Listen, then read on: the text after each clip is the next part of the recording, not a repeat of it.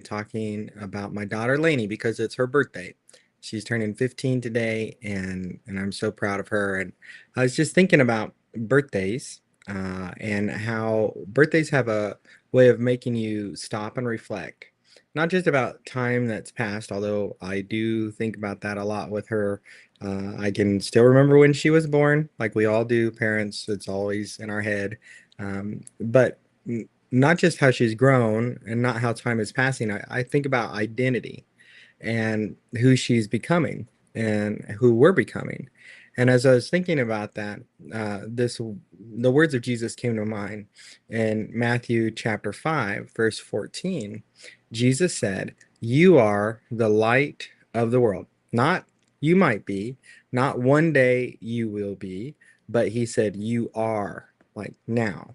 And so Jesus was talking to ordinary people then, and people that didn't feel extraordinary, people that felt oppressed, people that felt even like they couldn't measure up, that they were, in a lot of ways, that they were worthless. And he gives them this identity before he talks about impact, before he talks about how they're supposed to live. Um, and what kind of resonates with me and what I was thinking about is light doesn't try to shine. Light shines and it does what it does because of what it is. And I think about that as a dad. More than anything, I want my daughter to know who she is, right? I don't want her to be defined by culture, by pressure, peer pressure, any type of pressure, not defined by other people's opinions of her, but defined by who God says that she is. Because identity shapes everything, it changes how we live our life. And it made me think, am I living from the identity God has given, or am I still trying to find it somewhere else? Am I still trying to earn my place with God or trying to do things in my own strength? Because I think when you don't know who you are, you try to fill these gaps with all sorts of things. But when you know who you are, you live differently. You don't chase the approval the same way that you did before. You don't respond to pressure the same way that you did before you came to Christ. You don't lose yourself in every opinion that is around you. So I just think about how God has given us this identity.